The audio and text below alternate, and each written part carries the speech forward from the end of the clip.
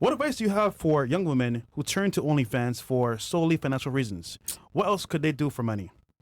Literally anything else. You're not going to have a life of comfort. You're not going to have a life of like whatever you see on Instagram. I mean, I slept on friends' couches. I actually had a friend, ironically, in Miami who, like, we were best friends all through high school, went to a club one night, and our luck somehow ended up with, like, meeting, you know, Wyclef and Lil Wayne, and she just turned the whole life. And I remember I was so broke, and she was living in like a condo in Miami. We were in our early 20s. I was visiting her coming from school, and she gave up school, you know, sleeping with everybody, Drake, you know, but she was living in, like, you know, imagine I'm like 20 years old, and I was 19, I think, and she was living, it just looked like she had so much, you know.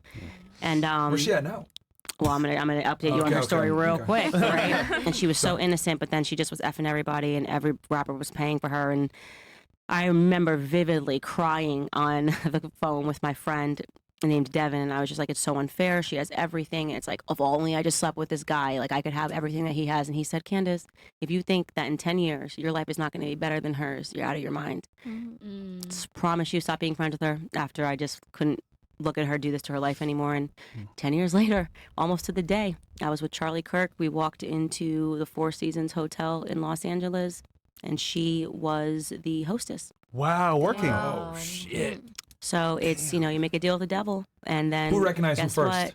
We were literally best friends. Yeah. Okay. You know, like inseparable sisters, and like the temptation, the money, the whatever from that one night. And she threw herself at the rappers too. Like it wasn't like it was Wyclef Jean. Like it wasn't like he was being like, she threw herself at him, whole thing. And it was wild. And actually, funny enough, then I went and started working out of school, and I was working in private equity.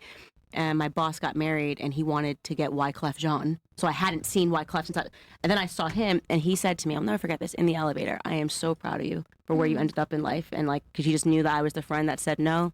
Wow. She was a friend that said yes.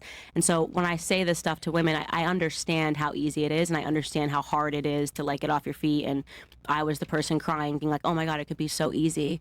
But I'm telling you, like, it's just not worth it, you know? Like, it's not worth it. The person that you can attract, there's just so much more to life. And I want all of you guys to just like hear that message and know that like you just don't have to like live in the fast lane, you know? Live in the slow lane.